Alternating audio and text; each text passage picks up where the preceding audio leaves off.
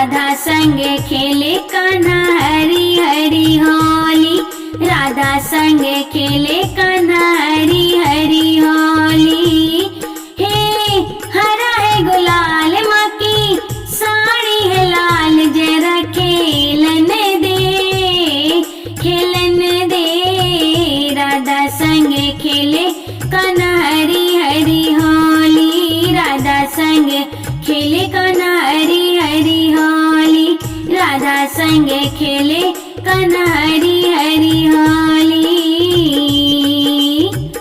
मधुर मधुर मुस्कनिया बिखेरे कान्हा लेके गुलाल हो। कान्हा लेके गुलाल हो। कान्हा लेके गुलाल हो।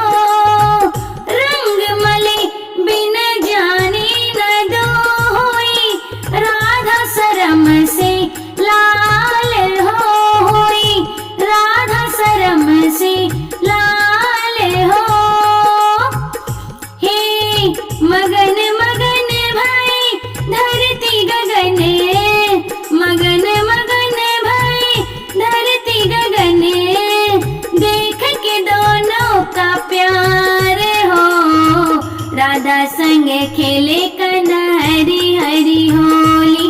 राधा संग खेले कान्हा हरी हरी होली। हे हरा है गुलाल राधा की चुनर है लाल, जरा खेलन दे खेलन दे।